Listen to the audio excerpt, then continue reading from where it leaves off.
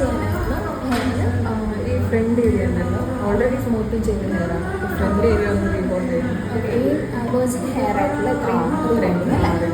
ഇത് മാത്രം. ബാക്കി നാനോപ്ലാസ്റ്റി അങ്ങനെ എന്തെങ്കിലും വേണ്ട, ജസ്റ്റ് നോർമൽ റീബോണ്ടിങ് റീബോണ്ട് ചെയ്യണം. നമ്മൾ ഇന്നിവിടെ ചെയ്യാൻ പോകുന്നത് ആളുടെ കേളി ഹെയർ ആയിരുന്നു. ഇത് നമ്മൾ സ്മൂത്തനിങ് ചെയ്തതാണ്, കുറച്ച് മാസങ്ങൾക്ക് മുന്നേ സ്മൂത്തനിങ് ചെയ്തതാണ്. ഇനിയിപ്പോൾ നമ്മളിത് റീബോണ്ട് ചെയ്യാൻ പോവാണ്. കേളി ഹെയറിനെ നമ്മൾ റീബോണ്ട് ചെയ്യാണ്. ഇതിൻ്റെ ആഫ്റ്റർ എഫക്റ്റ് നമുക്ക് കാണാം.